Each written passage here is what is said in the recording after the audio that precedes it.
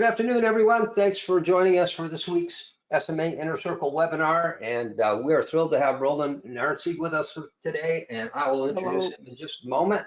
And before that, I want to go through a couple of ground rules and just a wee little commercial message from Joe Stoddard about our construction management certification program that's starting 2 new classes in the month of September. So first thing, for those of you who are new to the Inner Circle webinars, all the attendees are in mute mode, so we won't hear your dog barking or your hey, do you have a minute conversations. But you can ask questions or make comments during the course of the presentation day by using the question dialog box, which is about halfway down the GoToWebinar dialog box. You'll see it there. You type your question in. Throughout the presentation, I'll be monitoring the questions. And as Roland takes a deep breath, I will bring those questions to the surface, or we will hold them to the end if it's most appropriate. And then the chat feature is also just below that on the GoToMeeting dialog box. We are recording today's session. It'll be made available. A link to the recorded version will be made available to all the attendees today, or to all the registrants for this week's program. And let's see if there's anything else. No, but I'm going to turn a couple minutes or a couple seconds over to Joe Stoddard to talk about, because they are SMA is the sponsor of today's program, and SMA has a construction management certification program. Joe needs to tell you about it. All right, thanks, Bob, and hi, Roland. How's it going? Hey there, Joe. Nice to see you. You too.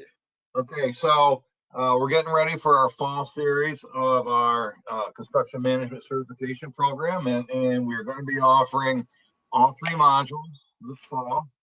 I'm just going to run through quickly what they are.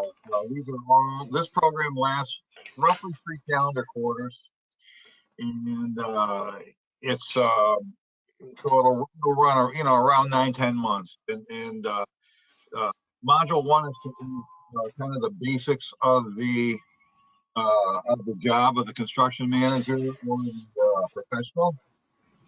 Module 2 is building science, building a strong, and I'm getting somebody, building a strong, durable house. And module 3 is code and construction knowledge. And we're going to be running them Tuesday, Wednesday, and Thursday mornings.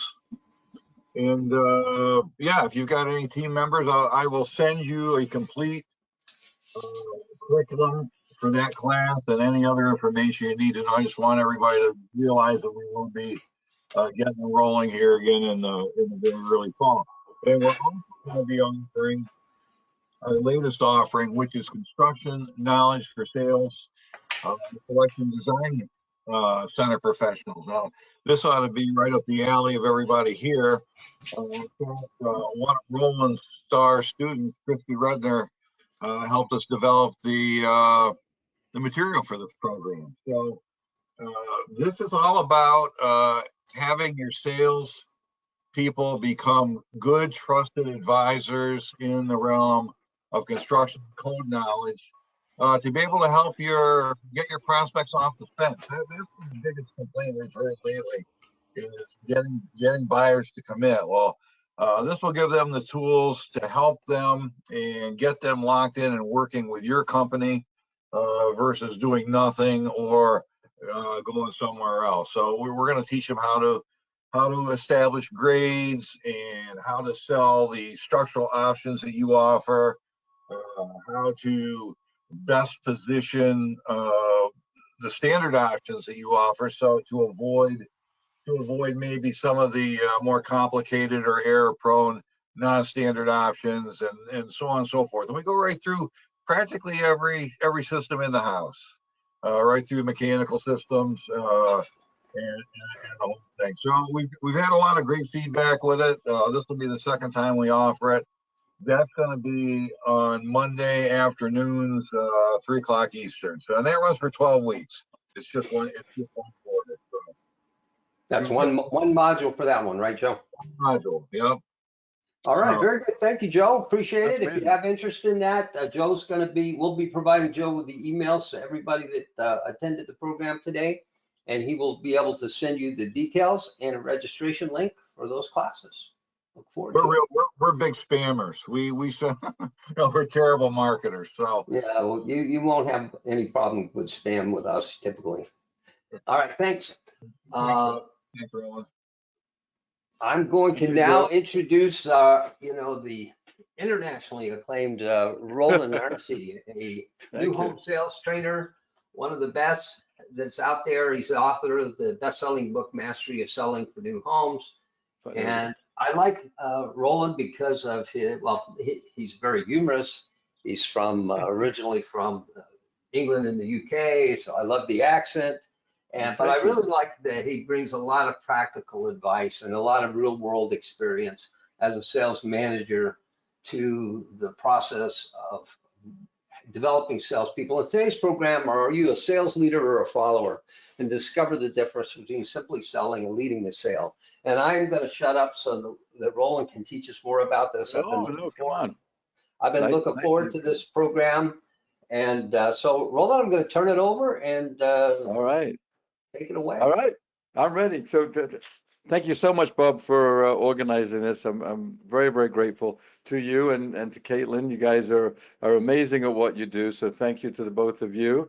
It's so nice to have reconnected and to work together. And I really appreciate your endorsement.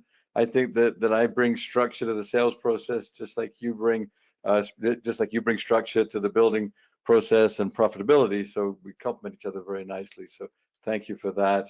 So there we are. A little bit about myself and what we're going to be doing today. So for those that are tuning in that are live, we do love your questions. So please put them in the chat and Bob can read them. We can, if they're important at the moment, we'll answer them then, as Bob said. If not, we'll wait to the end. And we've got plenty of time here today to answer questions, so want to make sure you get the value out of it. Just a bit about myself. I'm married to the lovely Svetlana. Oh, there we are. And my son Max, who's growing like a weed. Now he's 17. He loves his 1973 Mustang, so that's our big passion. So whenever we get together, sort of cars are an important part of things. And then we have our two dogs, Buddy and Bailey, just about myself there. I was born in England, not on that bus. That's sort of a goofy thing to say probably, but for those that are wondering about my accent, I did spend the first 20 years of my life in London and then came to Florida and started selling homes at a very early age, and that's all I've ever done. So I'm very lucky. I get to sort of teach what I know about what I've done now for many, many years. I'm quite old by this point. As Bob said, my first book is out, Mastery of Selling for New Homes, and that's, you can buy it on Amazon or listen to it on Audible. Mastery of Negotiation is coming out within the next 2 months. I'm very excited.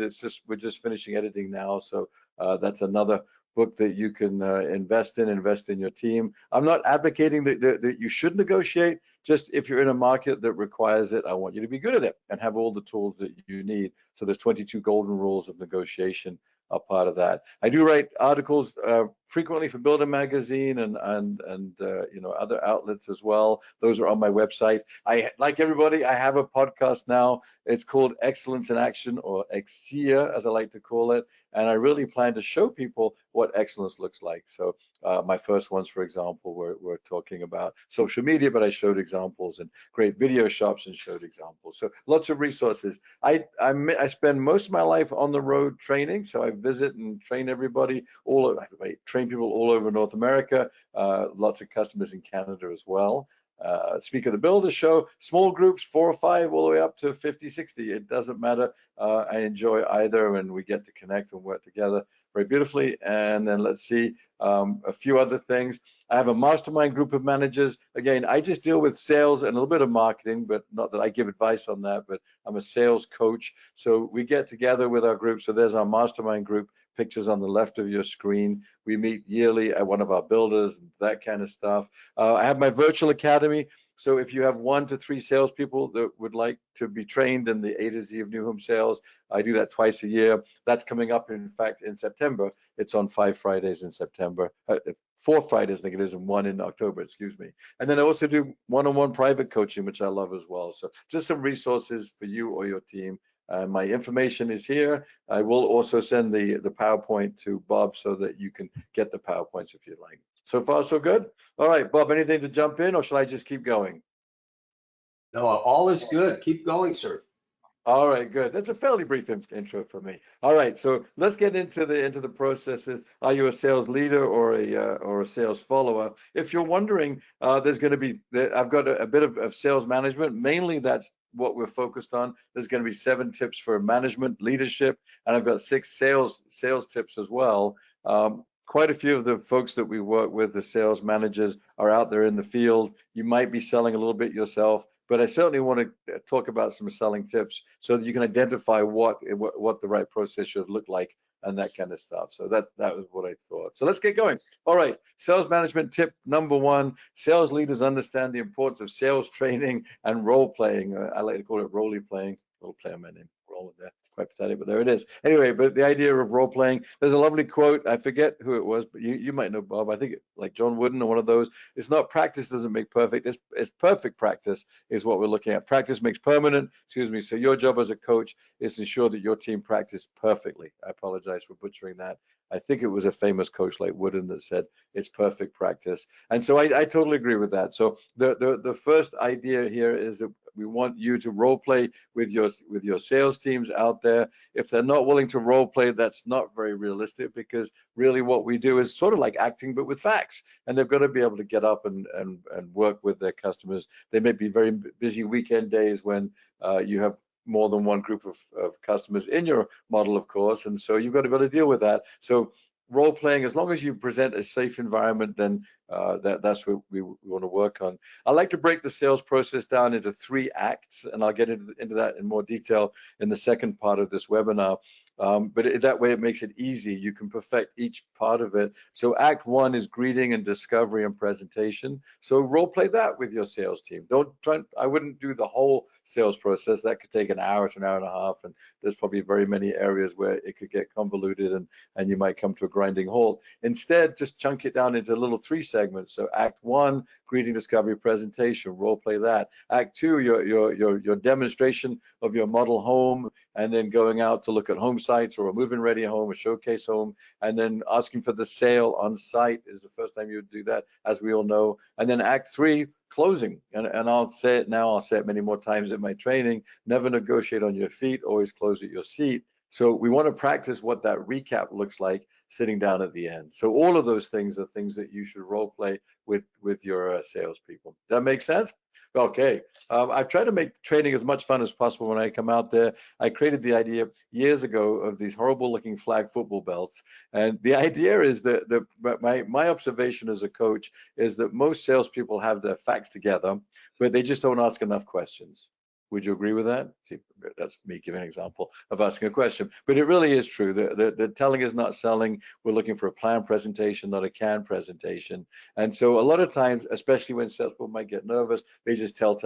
And we want them to stop and ask questions, involve and engage their customers. I hope that makes sense for everybody. So the idea of the flag football belts is that when we role play, it's sort of goofy, but I have 20 belts, 20 flags on the belt, excuse me, and the salespeople will come in pretending to be customers and role play with a good backstory. It's an improv, so I believe in yes and not no. So they're gonna, if they get a good question, they'll say yes and I want this kind of stuff to keep it moving forward. They're not gonna be difficult and bring up crazy objections. But the idea is that every time the salesperson asks any kind of a question, we take a flag off the belt.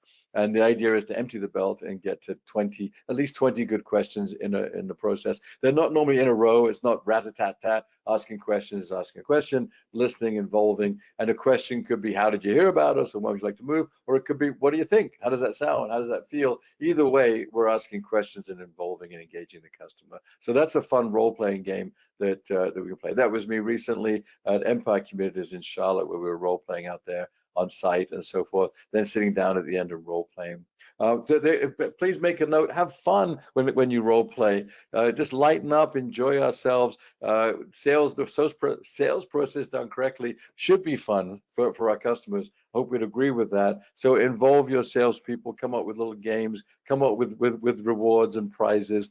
The picture at the bottom right there is of a sales director called Jenna, and she's hugging those bricks. That's her person. That was originally, the idea was to create personality styles out of Lego, and so everyone made their disc their disc profile in Lego with about 10 blocks and so forth. So she's hugging her. She's a very high I, as you can see, and likes to smile and have fun with her sales team, which is ideal, which is really what we want you to be doing.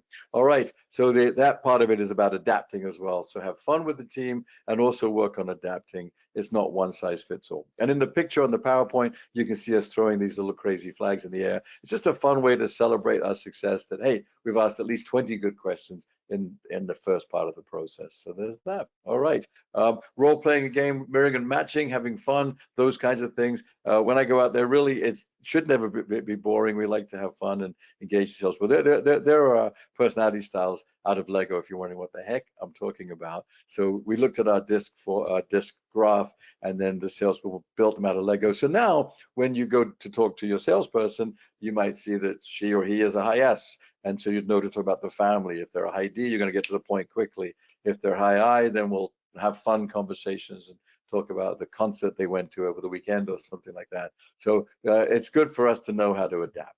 And so those Lego discs can be quite helpful for that part of it. All right, so far so good, I hope. Tip number 2, you can only save those who swim towards you. So sales leaders spend time helping those who possess the right mindset and who want the help. So if you have a larger team, there's always going to be people that really want the help. There are people maybe in the middle that are okay with some help, and others that just don't want to be helped at all. And so I've learned as a sales coach now for almost 2 decades that I really invest my time on those that want the help. You know, so that's a Coast Guard saying, I believe, which is sort of profound, that you only save those that swim towards you. Same thing with salespeople. They want the help. They're humble enough just to want to grow and develop. Then that's wonderful, and we can help them.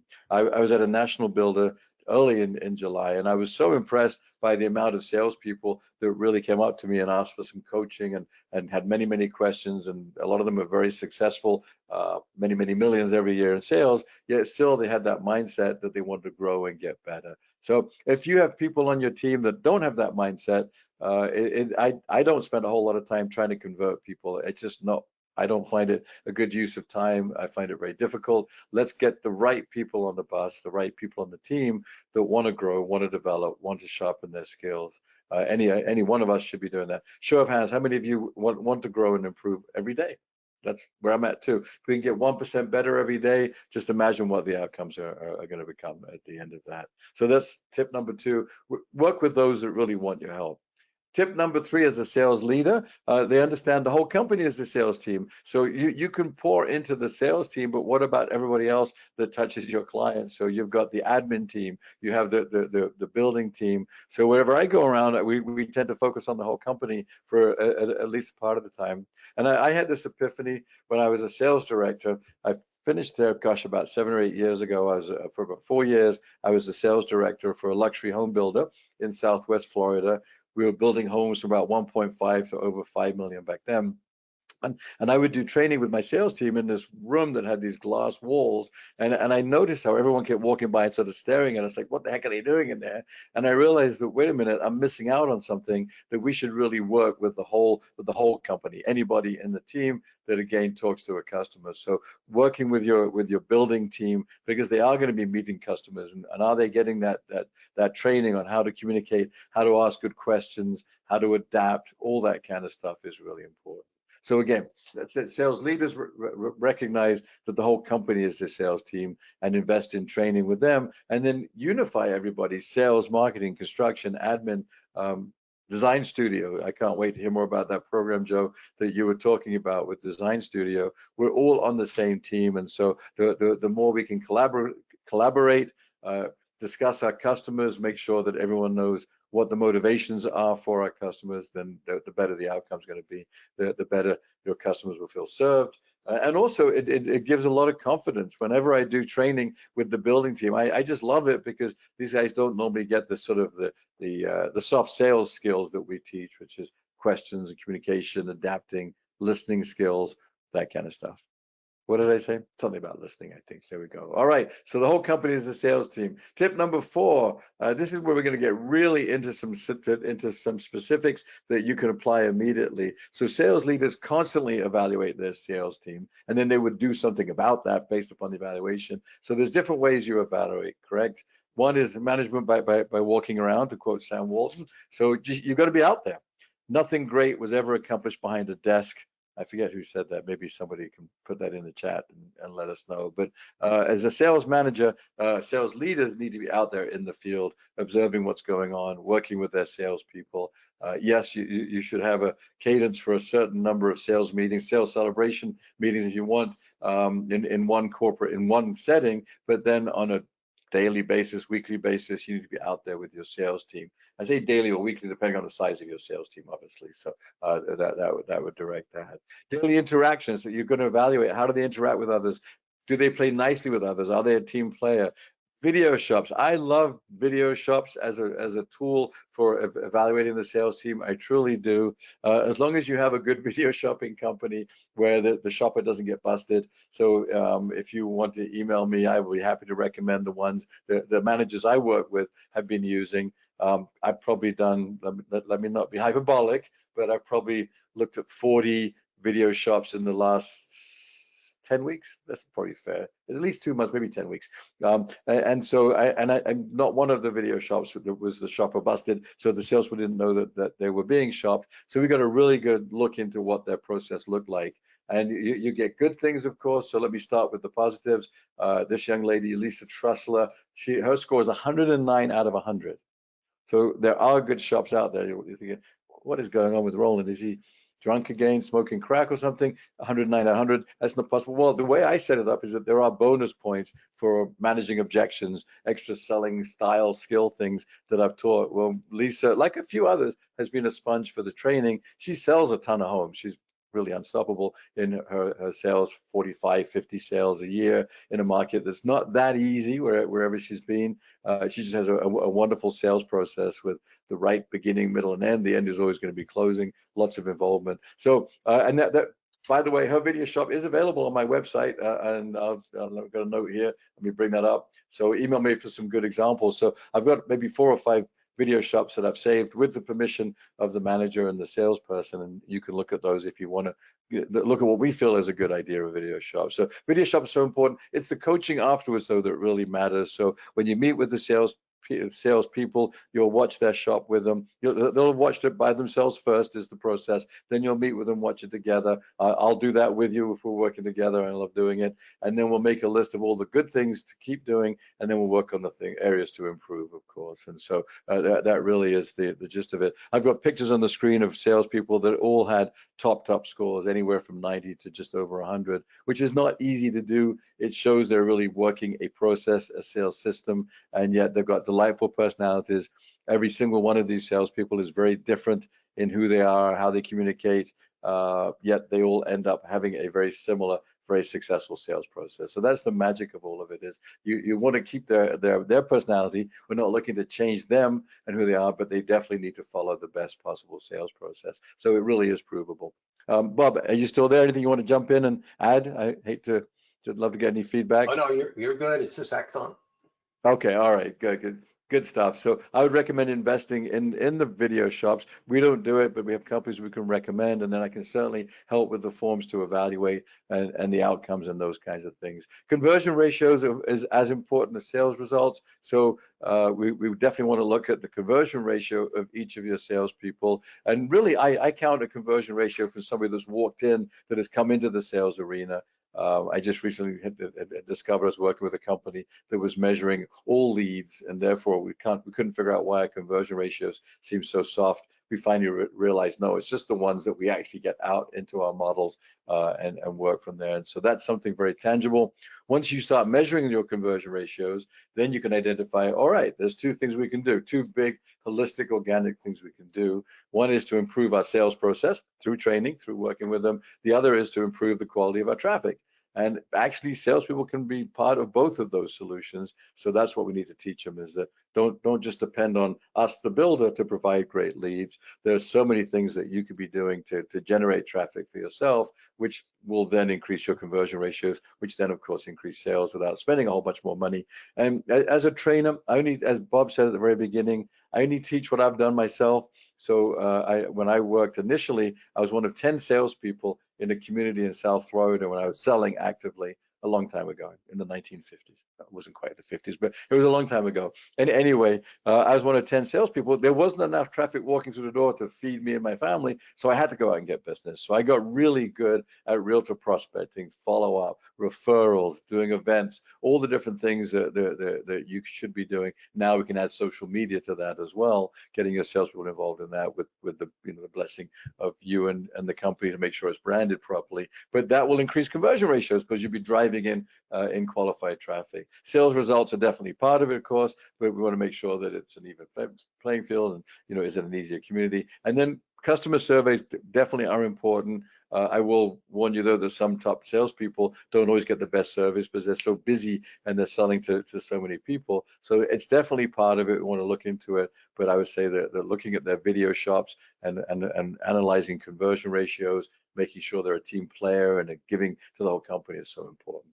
All right, so that's a lot on evaluation. Let's dig down further into that. So as a sales leader, what you want to do is create what I call a map. I'm a big acronym guy, so you'll learn that about me, that if I can turn it into an acronym, I will. So what you want to do is analyze your sales team and put them in one of 4 quadrants. The top left quadrant is the best one. That's where you want them to arrive at eventually. And the map part of it is motivated, and manageable, great attitude, great aptitude for sales, and then also a very good sales process that you observed, and persistent. They've got to have that sales persistence that we need, because it's easy to get discouraged. You might write a sale and lose it, or just not write it at all because people don't qualify, and that is very discouraging. I've been through that my whole life, and it can be very disheartening. Well, have you got the ability to get back up and do it all over again? Their persistence. So that plus sales results put your salespeople in quadrant number 1.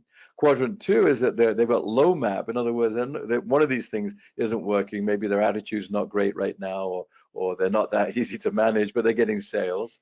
Quadrant number 3, they have high map, but they're not getting sales yet. So that often happens with new hires, where they've got a great attitude, they're all gung-ho, but they don't really realize yet what it's going to take to get to the next level of sales success. And then quadrant number 4 is where they have low map. So they've got a bad attitude. You don't really like seeing them every day, and they're not getting sales. And so the whole purpose of this, and all the managers I work with, we evaluate every single month each salesperson, and you want them in quadrant 1. So if they're in quadrant 2 or 3, how do you get them into 1? If they're in quadrant 4 and they stay there more than a couple of months, then it's time probably to say, look, it's not me, it's you kind of stuff, and let's take our excellence elsewhere, because at that point they might be becoming part of the sales prevention team, which it's actually the most shocking thing that I can think of is being part of sales prevention. There are some salespeople that might have a bad day and maybe they don't close effectively or whatever, but they might not be offending somebody. But if the salesperson really is checked out, then they could be offending that customer, and you will not get them back. All the evidence is that if the buyer has a bad experience, that's a lost opportunity. Whatever you do after that, it's very hard to get that customer back. So you really, as a sales leader, you would evaluate, but you've got to make tough decisions. If it really isn't working, you need to make a change, and don't have somebody out there that has really turned and you can't get back on track. Make sense? So there's that. If you have questions on that, please let me know. I think it's one of the hardest things that I went through as a sales leader, was that I wanted coverage, so I would accept sort of second-rate performance from people or bad attitudes, but I didn't have the coverage, and I learned that was a bad idea. I'd much rather just put an enter now doorbell or whatever, let buyers come in by themselves until we get the proper coverage. In my case, I went out there and covered the models myself until we found somebody. But again, I know I took too long to replace people that had soured on their abilities to create a great experience and make sales. So there's that. Tip number 5, sales leaders understand the importance of what to measure. So going deeper into that, there's all sorts of things that we should be measuring on a daily, weekly, and monthly basis. So the source of traffic, so what's working for you, what's driving in your traffic. Even more important than that, what's the source of your sales? So it might, where I worked for a few years, we spent a lot of money back then on print on newspaper and print, which I know is old-fashioned. So what's a newspaper? But look, in Naples, Florida, old people read the paper, so we invested in that. It drove a lot of traffic, but I don't believe it really drove sales. And we finally figured that out, that it felt good to get all that traffic from a very expensive weekend ads or whatever. And so then we pivoted back to social media. The things that were really working were, organic leads and Facebook leads, all that kind of stuff. So we redeployed our resources once we analyzed that. So where are the actual sales coming from? The amount of guests that a salesperson has, number of guests that are taken to a model home and then back to the closing table. So if you can get your salespeople to evaluate how many are they walking out the door with, how many are they narrowing down to a home site or a home on the first visit, and how many are sitting down and recapping. Loosely put, the goal should be between 60 to 80% of people on the first visit. At a minimum, 60 to 80 would be very good, or 80% to get out. To narrow down and ask for the sale. So we'll get into the sales process, but again, as a sales leader, you can easily manage that. You can go to a community on a weekend and see, oh, my salesperson is doing great. They're giving a presentation. They're now going into a model. They're now going out to look at home sites or move-ready homes, and now they're bringing them back to recap and ask for the sale. That's the right shape of the process. If they're not doing that on a regular basis, you can be a masterful coach and say, hey, I sort of noticed you weren't going to the home sites enough, or you didn't sit down at the end. How come? What's the thought process behind that? So again, you can look at that and measure it. Number of appointments, please write that down, or you'll get the PowerPoint and circle this. Appointments are so important. How many of you would agree that appointments lead to sales? Absolutely. So again, that goal of bringing people back. So if we don't get the sale on the first visit, which I'm absolutely fine with, of course, as long as you've tried to narrow it down and you've asked for the sale and gone through the process, there are just people that aren't going to buy on the first visit. It's their buying heuristic. It's their buying style to not want to do that. So are we immediately making an appointment, and is the calendar full of return guests? So again, I think a show of hands, who would agree that appointments with B-backs, with people return guests, would lead to sales? Yeah, absolutely. We don't know the exact ratio. It depends on your salesperson community, but 3 to 1 is the maximum. It probably is even better than that. So let's focus on appointments with your salespeople. Number of sales, of course, you're measuring that. Conversion ratio, we talked about. What is that number, and how do you improve it? So without impacting the cost of a lead, how do you either, again, fine tune the sales process, identify areas that we can tweak, that can have an incredible difference. You change the trajectory by 1%, it's a different destination altogether. So you keep doing that every week, keep finding things to work on. All of a sudden, you're making a huge impact on your salesperson's life, career, and sales success. Let's see, it's conversion ratios, and then the conversion ratio, of course, that you probably measure with the online sales counselor. What about with realtors versus walk-ins? A lot of sales people, the sales teams I work with, you've become so great at closing the sales that your OSCs send in, but what about just a regular walk-in? Have those skills atrophied, or with a realtor as well? Are you generating the realtor traffic? And let's see, the next thing that you can measure is the number of visits before the customer buys.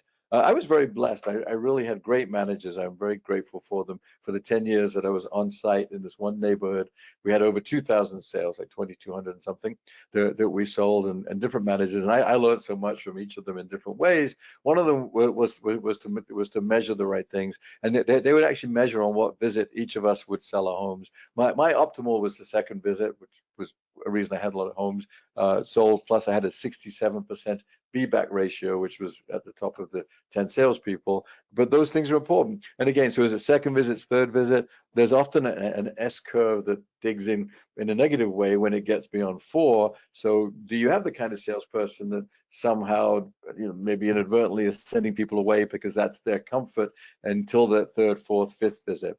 I actually discovered that recently with some video shops that I looked at with an amazing team that I work with, and that there were some salespeople who had just got in the habit of sending people away 2 or 3 times until they took the buyer really seriously. Well, that could be disastrous, right? Because who's to say the customer will even come back? And if they do, we're making them work way too hard to buy a home. So let's measure when the customer buys a home, and what we can do to make sure it's as early on in the process as possible. The dollar amount of concessions that each salesperson is giving away. Maybe you have a publicized incentive. Maybe you have some back pocket wiggle room. Where I worked as both a salesperson and a sales director, we often had a bit of both. And I didn't know that I was doing this, but again, sorry to make this all about me all the time, but I have so much personal experience with this. Apparently I was giving away more than any of the other 10 salespeople. I chuckled, but I didn't know about it. I didn't know it was a problem until my manager finally sat down and said, look, you're giving away $3,200 or whatever the number was. I still have the form somewhere around here. And I was embarrassed. Like, oh, I didn't know that I wasn't supposed to. No, nobody had ever told me that. Thank you. What would you like it to be? 0 or what you know, what are the rules? And so I changed. I was able to sell quite well without giving away that much. But again, you know, thank goodness I had a good sales manager that brought it to my attention. So these are all the kinds of things that you can work with your salespeople on. Sometimes they just get in a habit of feeling like they've got to give away stuff to make the sale. And that's nonsense. You have a move-in ready home, some kind of wonderful incentive that you may be offering, or the fact that the home's available could be the incentive itself, why they need to give away any more to make the sale. Let's see. And then narrowcasting activities, that's a whole nother program that we could spend an hour on, and I would love to sometime with you if you want to. But all the things the salespeople can do to generate their own traffic. So realtor outreach, if you need it, you know, some of you are already at high realtor co-op rates, so you wouldn't need it. Some of you you could do better in certain areas. So is the salesperson, how can I put it? So often I'll hear from the salesperson, well, I have good friends that are realtors. That's not what I'm talking about. We're talking about doing a presentation, a breakfast at your model or your design studio if you're on your land, at least once a month, if not more than that, with different offices. My own process was to do one broker presentation, one broker breakfast a month for the 10 years that I worked in this community, and it worked. You know, and some of this stuff, again, you've got to remember that this isn't short-term fixes. This is a long-term career that you're building. And so if you can implore and have your salespeople understand that when you do a realtor presentation, yeah, you might get an appointment that day, and that's wonderful. However, you're going to build a database of names of realtors, and then you'll do outreach every 2 weeks or every month to those realtors and update them. And now those people will follow you wherever you go. Where I worked, it probably took 5 to 6 months to get any real traction. And then all of a sudden I was getting way better leads than anybody else. And I was like, what's Roland doing? He's cheating. How come he gets all the best leads? It's like, no, I've been putting that work in. It's like that flywheel that, what is it, in Good to Great, they talk about a flywheel that takes a while to get going. But once it does, boy, it really goes quickly and more and more quickly. And so you've got to put that legwork in. It's got to be a habit. You know, James Clear in Atomic Habits talks about what a habit really is, and there's very few that we really have, right? We wake up and we engage in hygiene, we clean our teeth and shower and all that kind of stuff. That's a habit. We don't think about it. A lot of else of what we do isn't really a habit. So in terms of working out may come and go if you feel like it. Some of you are more disciplined. I know Bob does work out a lot. Yours look great. I'm a little bit more iffy on it. Sometimes I do, some I don't. But with your realtor outreach, with your prospecting, we can't afford to treat it like that. It's got to be a habit. It's got to be something that the salespeople engage in weekly at a minimum in terms of outreach and visiting offices, broker parties, referral programs. That's so easy. That's the low-hanging fruit, if you will. For every sale that you make, you should have a form, the sort of help me help you form, where you're asking for 3 more names of friends, family that you can reach out to, and just make it part of your paperwork for your agreement that you write. You don't have to give a gift. If your process is to give a gift, great. You should give something to both parties if you're able to. I love the idea of giving stuff to a charity. So if you refer a friend, family member, will donate X to a charity of your choice and of their choice. But it should be a habit where it's part of your agreement writing to do that. Wherever we've done that, you measure your referrals now and then implement that, and you'll see them go up and up and up. And it's a very low cost of business, as we know, very low cost of lead. I mean, homeowners parties that you do in the community twice a year as a minimum, throwing some kind of a party where you have people out, and there's many other things that you could do as well. I just want to sort of touch the surface of the opportunities there. And then daily follow-up. You're probably thinking, when is he going to get to this? Managing your CRM.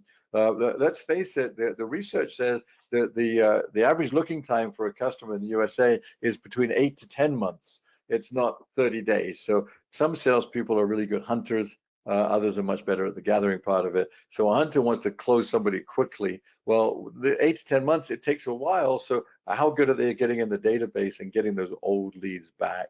And so all sorts of variations of follow-up are going to be so important for them. A combination of email, phone, video is now so popular to get people's attention. So really, I think that the magic is in the mix, but you've got to make sure that your team is following up and you're measuring that to get people back. And it's the people that have been in the database for 6 to 8 months. They're the ones that are really ready when you contact them. Oh, how did you know? I'm getting really sick and tired of my situation right now. And here you are calling me with a solution to come in and visit. So that's what you want to focus on. All right. So there's that. Here's an example of a traffic report. I highlighted the 2 parts for you that are the leading indicators of your future success. So yeah, it's good to measure the traffic that's coming in, but the part that I want to work with, that you as a leader need to work with your salespeople, what are their appointments for the week? How many appointments? And by an appointment, I want to be clear, I mean a be-back appointment. So correctly, you have OSC appointments. That's the first time in. That's wonderful, but that's not something that your salesperson has really had any input in. That's just coming in through the efforts of the company. I mean, how many leads are they bringing back? And what are their top prospects? And so every week, whatever night, for me, it was Sunday night, I would have these filled in by salespeople, and then I would amalgamate them, and I would reach out on Monday and chat about the hot prospects and see what we could do to to get them to become an appointment, and then what resources maybe are needed for that. So it's a great indicator of your success every week. As you probably know, how many appointments does each salesperson have? What are they looking at? How many times have they been in already? Those kinds of things. Once or twice, and this is sort of sad, I'm going to say bless their hearts, because it's sort of sad when sales will go off the boil and start not performing at a high level. But I've had once or twice where salespeople just don't have any appointments and don't have any hot prospects, and you're like, well, that's not possible. Then something is not going right. I just don't. I've never been in a situation where that's a feasible thing for a good salesperson. They've just clearly have lost some of their skills. And so appointments and prospects, again, are leading indicators. So you can predict pretty well what your success is going to be every week and every month. There we go. So far, so good. The last couple of tips for sales leaders, for sales managers, then we're going to get into sales people. Any questions, Bob? Anything you want to add so far? I know you're setting these up for us, but anything you want to chime in on? Thus far, I think we're good. Okay. So tip number 6, I always like saying one is more important than the other, but really that's not fair. I get overexcited, I think. Like, oh, this is really good. This is really good. But it's so important that we're always building a bench. And so I think sometimes we become a lot too reliant on our existing sales team, and then things change. And for me, it's always like the buses in England when they come 2 or 3 at a time. So all of a sudden you have 2 or 3 people that decide to leave. They're leaving town through no fault, whatever the reason is, and now you're really stranded. So if you build a bench, that can't happen to you. And so really want to implore that you should be constantly top grading. One of the best books on recruiting out there was Top Grading. I think it's at least 20 years old, if not more. And I basically have followed the top grading system ever since I read it all those years ago. And it says always be recruiting. So when you meet somebody that you know could add to your team and could improve your team, then figure out, how do I bring them on? Sometimes I get it. We're very practical. Well, I don't have an opening right now, and I don't want to upset the what is it, the apple cart or whatever. Bring somebody new. Well, maybe it's time to upset it a little bit in a good way. In terms of, if you have an associate program, that really is the ideal thing.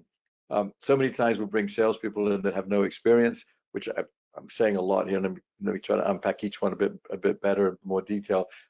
I philosophically believe in the idea of hiring people that have potential. So people in sales now, whether it's phone sales, retail, some car sales can be very good, especially the higher level ones, rental communities, teachers can be very good, even though that's not necessarily sales. Servers are incredible, but servers and wait staff are usually excellent. They have potential, but they don't know what they're doing yet. So it might take 6 months to a year of training before they're really ready to actually be a full-fledged salesperson. So the idea of building a bench is so much, for me, it makes so much more sense than bringing in people, making them a salesperson. They don't succeed, and it's like a revolving door of failure, if you will, when you do it that way. So I'd implore you to think about building a bench if you don't have one, already. I've got a 12-step process. I'm just going to bring up a note that if you'd like to see it, just email it to me, and I'll email you a whole recruiting packet. I really believe in the abundance mentality of sharing stuff like that. So it is very, very basic. Probably the things that if there's things you're not doing, I can predict what they would be. And so just real quickly, once you've sorted through the resumes, sending out some kind of a questionnaire is a great filter. This gentleman here, Pat, who works at Tilson Homes, amazing manager. We worked together for a couple of years, and he always lined up amazing salespeople. And here's a picture of Maria, who we hired together, and she went on that year to become the National Rookie Salesperson of the Year. But I asked Pat, how come you always get such good candidates? And he said, Roland, it's the questionnaire. It's an amazing filter. If they don't want to answer those 20 questions at the end, they're probably not willing to do the extra things it takes to sell homes for me. And so, so again, that's a part of it is the questionnaire. Other things is to do a phone interview before a face-to-face. Face-to-face is great, and then definitely a personality report. I think, Bob, haven't you got a system that works very, very well? Yes, we use the Professional Dynametrics Programming, PDP as it's called. There we go. So use that, please, if you don't already know about that. It's insights about what's going on underneath the surface, right, Bob? It's the things that are unseen, if you will, Correct. that you wouldn't be able to get from just an interview. Correct. Yeah, so perfect. So I can't do an interview without something like that. And then if we work together, I'll do a Zoom interview with the candidate. I did one today, 2 yesterday already, and I'll send you over my thoughts. If you like them, bring them back for another face-to-face interview. Check references for sure, and then you could offer a position. It ends up being 12 steps in the process. But again, my biggest takeaway is it's very hard to find that complete salesperson that's going to come in and be successful. They are out there. I mean, let's face it, there have to be a few of them, but just because a salesperson has new home sales experience doesn't mean that they have a sales process. Maybe they've just worked somewhere where sales have been good and they were writing sales, but really can't understand how to replicate that sales process. So if they are experienced, we want them coachable, trainable, willing to get better at what they do. If they have potential, I love that, then let's put them on the bench and give them the right amount of lead time to really hone their skills before we unleash them as a full-fledged community manager, sales executive, whatever we call them. Again, I mentioned Pat and Maria. This Maria, I interviewed her on Zoom because I think it was right at the beginning of COVID, if I remember correctly. Anyway, well, I did Zoom anyway, but I remember it was early on.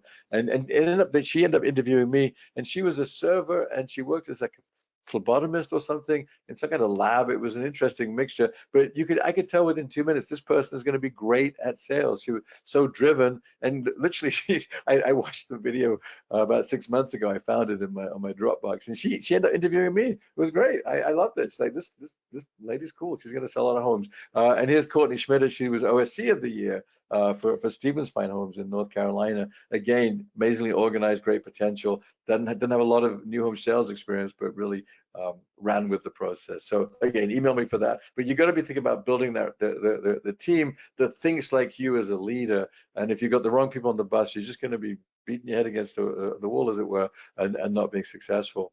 With that in mind, the sales leaders surround themselves with people who share their vision. So Simon Sinek talks about start with the why. So what is their why? What is the person looking to accomplish? Bring up this picture from Ernest Shackleton, Sir Ernest Shackleton, and actually I read the story about him in Simon Sinek's book, but I'll give you the story first and then related to the context of why I think this relates to what we do. So for those that don't know, and I didn't, by the way, Ernest Shackleton was determined. He was a explorer back in the early 1900s. And he's famous for what actually was a failure, but there was a good part of the failure. So he got a journey together on the ship, the Endurance, and with 28 men, he traveled across this. He was looking to go across the Antarctic from one side to the other, which was the only thing left to do. Apparently, the South Pole had been discovered and the North Pole had been reached, and so he wanted to go across the Antarctic. Well, he got stranded, as fate would have it, and not surprisingly, got stuck in the ice. It doesn't surprise me. That's why I wouldn't leave the comfort of my home. Like that. But anyway, he went across, he got stranded. 28 men were stranded there, and he set off and he found an island for them to go and hide out called Elephant Island. It was 800 miles away. And all 28 men survived, which is amazing. It's miraculous. But and so he's famous for that. It was sort of a victory that he helped them all survive. But have a look at the ad there that he put in the London Times. He went, men wanted for hazardous journey, small wages, bitter cold, long months of complete darkness, constant danger, safe return doubtful, honor and recognition in event of success. So he found 28 guys that spoke to them. And so I know that may be slightly extreme, and what we're doing doesn't involve going across ice or getting stranded in ice or that kind of stuff. But maybe there's an extra commitment that not everyone recognizes. Maybe that there are salespeople that think, hey, I want to get into new home sales. It's going to be easy. All my leads are going to be given to me.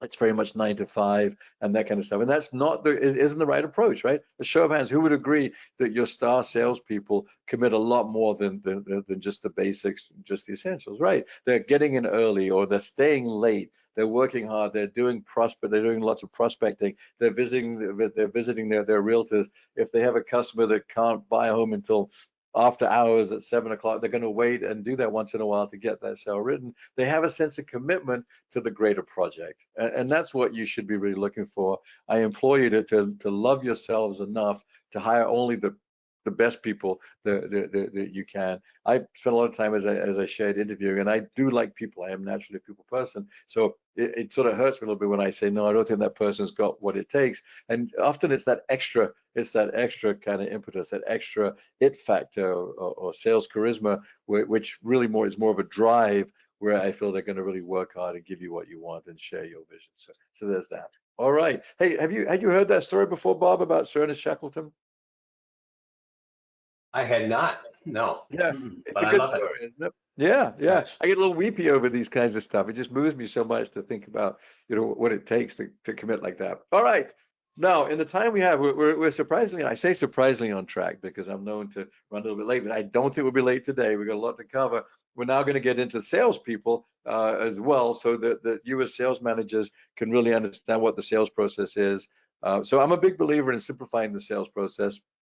I learned about the critical path of selling, gosh, a long time ago. I'd never heard of it at the time, and I was successful. I've been selling for at least 10 years prior to that with lots of sales, but then somebody explained this simple process. Oh, well, that's better. Why did I know that? That's easier. So not only did it increase the sales I was making, if I ever hit a rut where I was not making a sale, so I might sell 3 or 4 the last day of the month and then go dry for a month or so without anything. And once I learned the sales path, I got much more even flow in my sales. And so I like screen. I love movies. Show has always liked movies. There we go.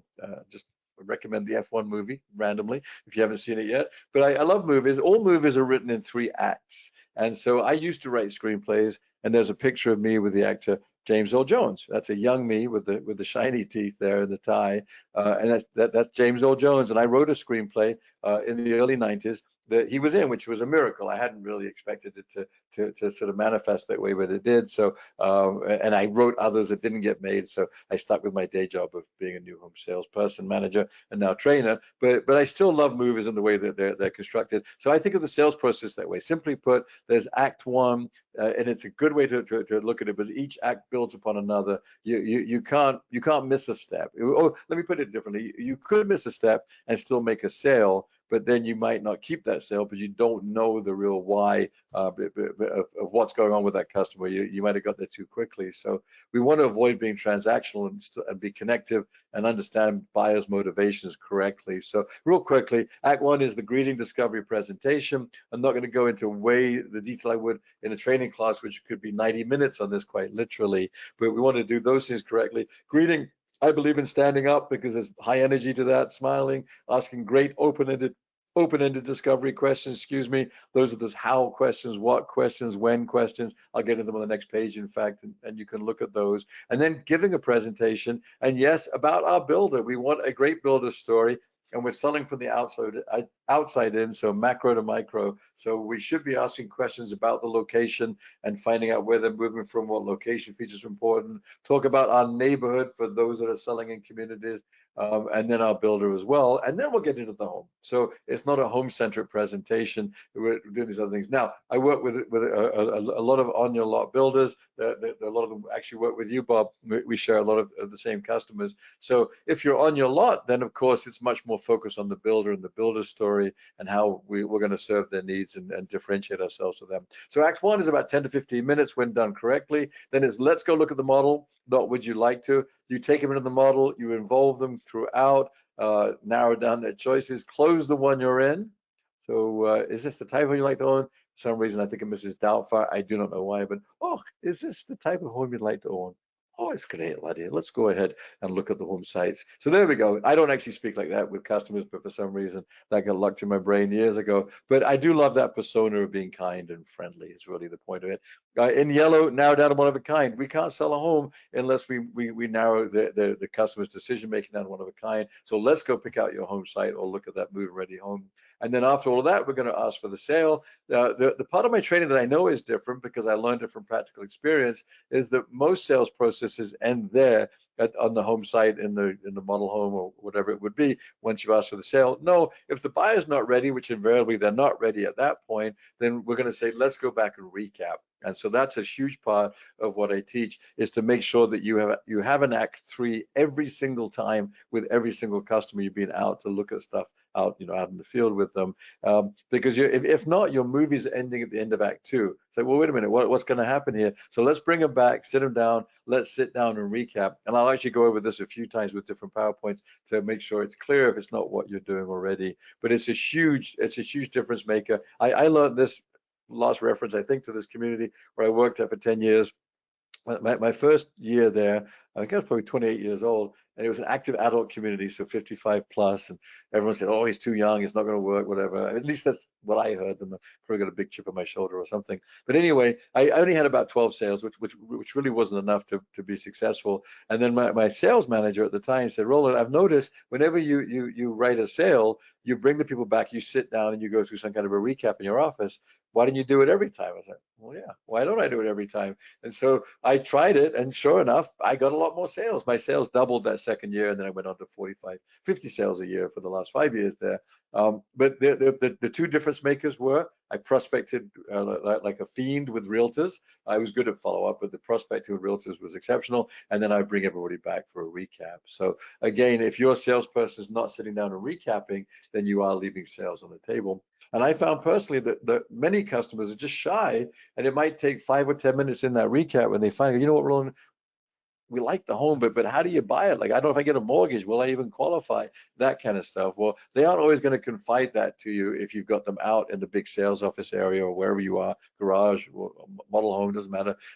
You need to bring them back and take them to a quiet place where you can build trust and go through the closing process with them, and then they'll start to confide, and you'll make a lot more sales. You can manage them. Oh, I haven't said it all day. You can manage their butts. There we go. Yeah, I would buy butt. Price is too high or the interest rate is too high. You want to get their butt. You want to get their real buying butt. So excuse me for saying I like big butts, but I do, because I like their buying butts, and now we've got a chance to manage something. So there is makes a lot for you. All right, sales tip number 2. We've got 6 of them, and then we will wrap up and take questions. Salespeople who lead the sale understand discovery. So I like to call it my 7 magical questions. There are 7 key questions, 7 essential ones. They're on this for you. Again, you can email me, and I will I'll send it as part of the email, or just email me directly, and I'll send it to you as a separate page if you like.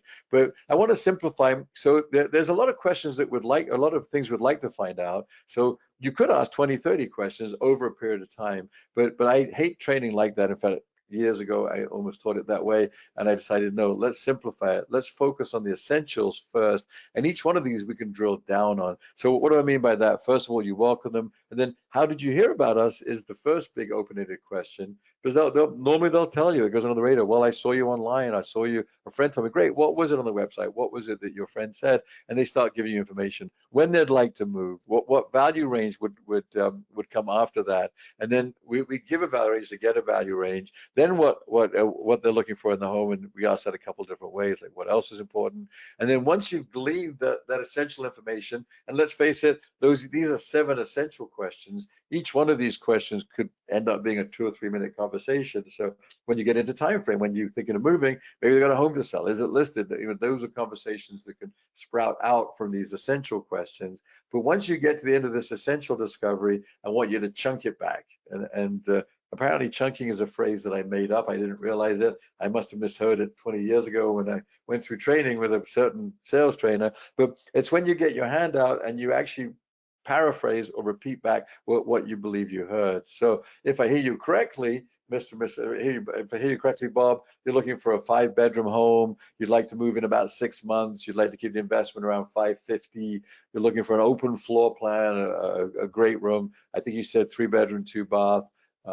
And anything else I missed? That kind of a stuff. So you want to paraphrase it back. So here's my AI generated cartoon of me, if I hear you correctly. So I learned to chunk at the end of all my discovery. The salespeople that I work with do the same thing. So you want to chunk at the end of that process. Again, in a model, you can do it once you find out their needs. In the kitchen, if I hear you correctly like this, and you're constantly learning. So obviously, discovery doesn't end only in Act 1. It's a constant process of watching the sales person. In fact, I heard a great phrase just a few days ago, tactical empathy. Thank you, Elizabeth Gillen, for sharing that with me. So you want to be empathetic at all times, but in a tactical way. So you're constantly observing and seeing what your customers are reacting to, what they like, what they don't like, and you're going to move them to the areas of the home they like and what they react well to, and not focus on the things that they don't like. So there we go. Tip number 3. So that's discovery is tip number 2. Tip number 3 is don't be a feature dumper. I had a fantastic trainer. He now works for my company. His name is Tom D'Addario. This is a very unflattering picture of him. I don't think his hair is quite that white. Is it, Tom? But anyway, he abused me and my fellow salespeople many years ago at the training we went through, and we would work together. And if I feature dumped, you go, so what? And I didn't realize I was a big feature dumper back in the mid-90s until Todd pointed it out. And so what you wanted to become is so what should become so what this means to you. So I created this acronym, my next favorite acronym, and F is for features, B is for benefits, I is for involvement. FBI. So you really want to make sure that, of course, your salespeople are sharing features, but then what you need to do is cap it with a benefit. Excuse me. So what this means to you is, but then you've got to engage the customer. You've got to find out how they feel about what you just said. So you want to feed that yes bank that I put up here. So often my observation as a coach is that most salespeople will learn our product, which is great, but that would be feature dumping. Then we want to turn the feature into a benefit. That gets to the advanced level. But then you want to take a breather and find out how the customer feels about what you just said. You want to involve them. So how does that look? How does that feel? What do you think? Does that make sense? All that kind of stuff. So here we go. Here's a different looking emoji. My AI can't make me look the same way twice, which is fine. I'm not criticizing. I'm grateful for AI, but there we go. So when they like the cabinets, instead of just talking about the cabinets and trying to sell them, they are beautiful, aren't they? Can't you imagine waking up having this beautiful view? What do you think? How does that sound? There are probably over 50 ways to ask an involvement question. A lot of times it's just intonation, right? Good. So far, so good, whatever it might be, but you constantly want to feed that yes bank. By the way, somebody one time said, oh, Roland wants people to say yes all the time. No, if they say no, they don't like it, that's just as helpful. So then I would say, what is it you don't like? But I want to make sure that we as salespeople and sales managers, sales leaders are instigating that we're constantly checking in and finding out how the customer feels about the benefit that we just shared with them. Does that make sense, everybody? All right, so there we go. There's FBI in action for you. Tip number 4. Roland, we had Bob, good. We had one question came in, and I don't want to go too far. Please. Nelson asked, can you elaborate on the recap part? And I think it was back when you were talking about chunking, I think. Yeah. Nelson, if that's not correct me. And what are you going over again on that part about the recap part that you were talking about? In fact, I'm going to go, but perfect. So that recap close, I'm going to go deeper into it in about 5 or 6 minutes here. I have a couple of slides that will show what that looks like. And again, we're only scratching the surface here today. So if you want more detail, whoever that is, please just pop me an email and I'll share with you. We'll get on the phone and I'll talk you through whatever else you'd like to. But I absolutely agree. It really is important. So I'm going to give you an idea of what the elements of that recap should be like. But really, when you think about it, you almost constantly are recapping in an emotional way where you're chunking things back at the end of the beginning. And then in the middle, when you've shown a home, so you like the kitchen, I believe you're leaning towards the white cabinets, the quartz countertops, the LVP flooring. Okay, great. So that's sort of a recap, but Bob, we'll get into the formal recap in a few minutes. Sound okay? Great. All right. Thank you. Oh, absolutely. No, please keep those questions coming. It's a little unnatural for me to be talking at the screen like this and not having constant questions. As you know, life of a coach, we're normally it's more interactive. So please keep the questions coming. So that's FBI for you. Feature benefit involvement. Make sure you're constantly checking in. Tip number four, make sure that those who lead the sale narrow down to one of a kind. So just think about any kind of retail purchase you've made. It didn't become real until you picked out something specific. So Zig Ziglar, I can't do his accent very well. It's going to be horrible, but don't become a wandering generality, be a meaningful specific. Was that even close? I think that was just a bad English impersonation of Zig Ziglar, so please forgive me. But I know what he's saying is that in sales, we can't afford to be general. We've got to be specific about one specific thing. Screenplays, I'm obsessed by screenplays. They're the same. Even a story about World War II really is about a family or two, a couple of people. Normally, it's more personal. Well, sales, let's get back to this. So when you pick out a car, when you buy a car, lease a car, you pick out one of a kind. You drive something, you fall in love with it.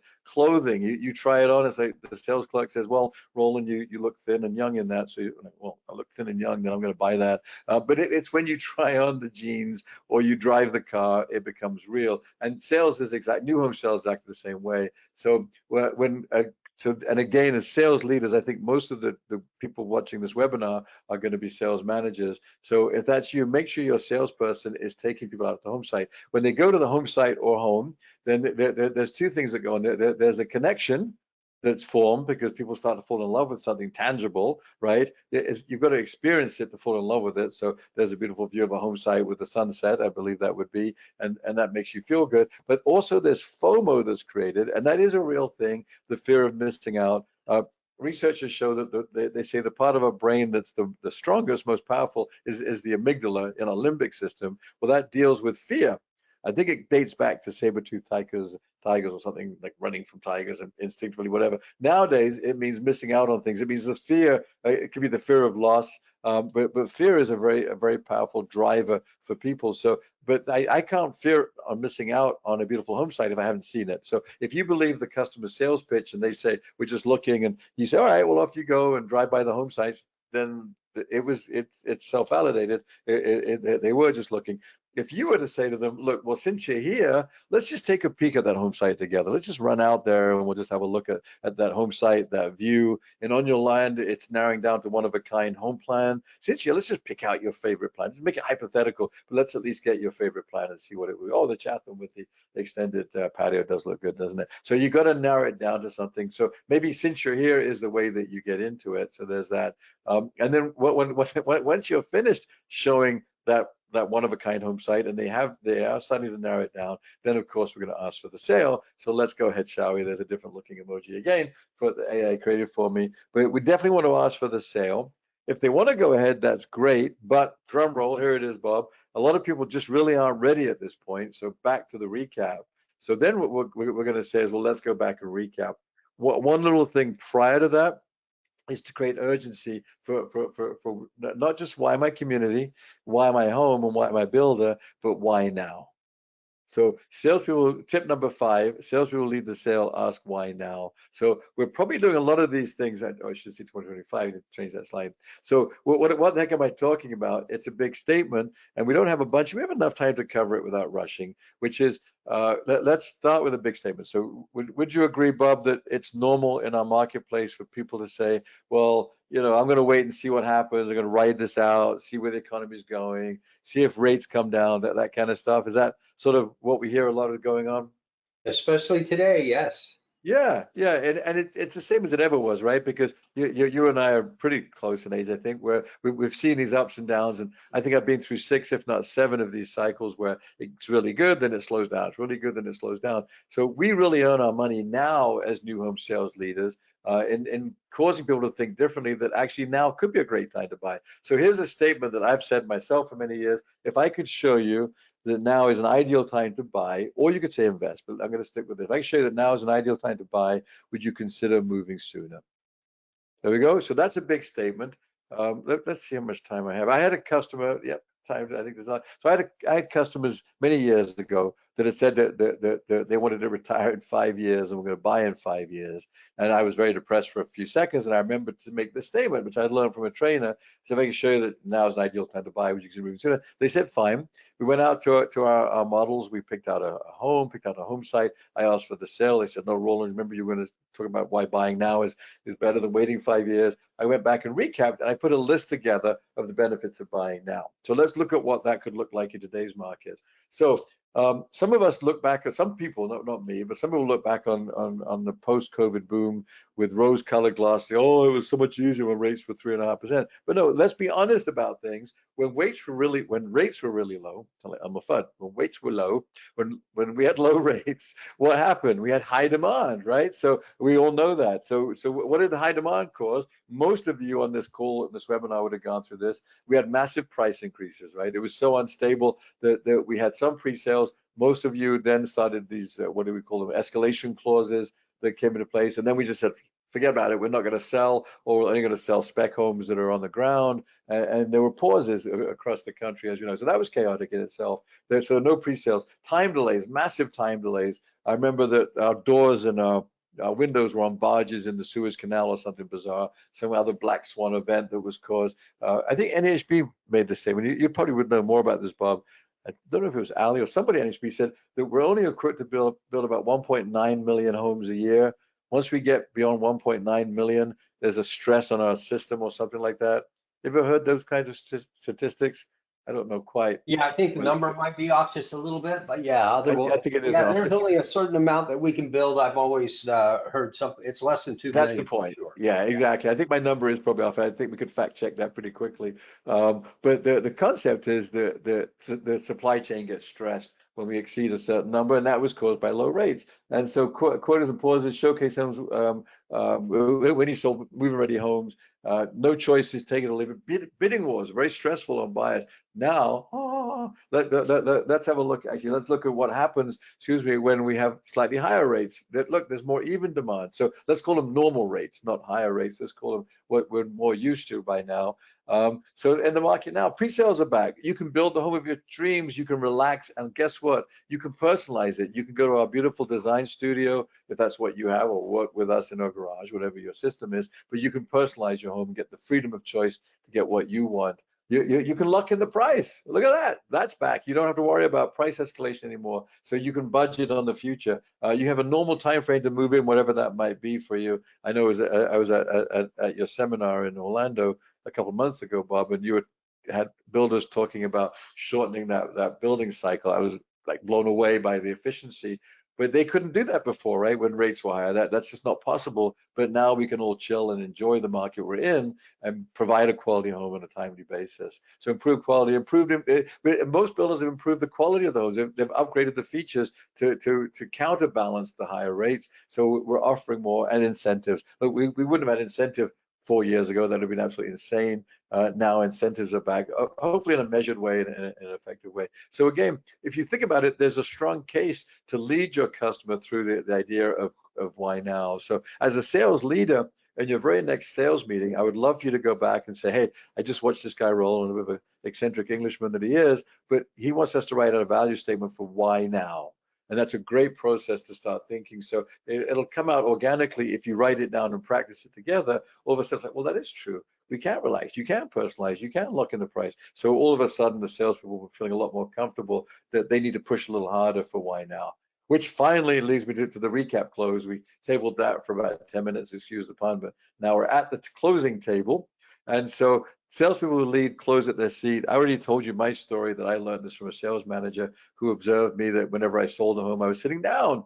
There's an idea, body language, physiology. And so we're not going to overmanage objections on our feet. We're going to say, let's go back and sit down and recap. And so we're not going to negotiate on our feet, always close our seat. If you're standing up at the end, what is your body language saying? Like, off you go. Please leave. If you say, let's sit down for a moment, well, let's just sit down. What is your body language now saying? Relax, chill. We're in this together. We're going to get to know each other. And you're going to create a safe, private space where they can really confide in you as a salesperson and share what's really going on. So my sales literally increased exponentially. I mean, there's just no doubt about it when I learned to sit everybody. If I'd been out to a model or a home site with somebody, then I was going to sit them down at the end. If they literally didn't have time, then of course I'd make an appointment for the next morning for them to come back and recap. But the goal should be what, about 80% of your people you take out there, you sit down and recap. So to answer your question, what are you recapping? Here we go, Bob. So first of all, if you're a community builder, not an on your lot builder, then you start with the actual location. So here's where we are. Here's what you like, people like. Look, there's a Walmart over here. Or a Whole Paycheck, whatever the buying style, of Whole Food, whatever. Your shops, your schools, all the things that were important to them, parks, green spaces, that kind of stuff. And then close it out. So you like the location. Then let's move on to the community. So having the props on the maps are so important. So here's the neighborhood that we're in. We got this number of home sites. We're in a grand opening, grand closeout, whatever it might be, sidewalks, street lamps, whatever the lifestyle. Maybe there's an HOA with a lifestyle, or maybe there isn't, whatever. And either one could be considered an amenity or a lifestyle, if you will. So not having an HOA might be what they want, or having the HOA might be either one. And we close it out. So you can picture yourself living in the neighborhood. So now I've got 2 closes. I believe there's 7 of them, if I've done this correctly. Next is the home site. So let's look at the home site on paper that we've walked on and looked at together. And you've got at least three unique selling propositions, and close it out. Then it's the front of the home. Let's look at the architectural detail. If it's a move-in ready, then you're just building value for the way it looks. If they're building, well, would you like the farmhouse, the coastal, the contemporary, craftsman? And we're going to narrow down those choices and close that out. Next is the home plan, of course. We're going to spend a lot of time on that. This is the home you like the best. Get a highlighter, highlight certain features for them. Or if you have it on your computer screen, that works. You can, and if you have a plug and play option where you can have luxury options as well, then that's fantastic. Then work on that together, excuse me. But spend time on the home plan. All the research shows that the salespeople that build the home together sell a lot more homes. I work with Tilson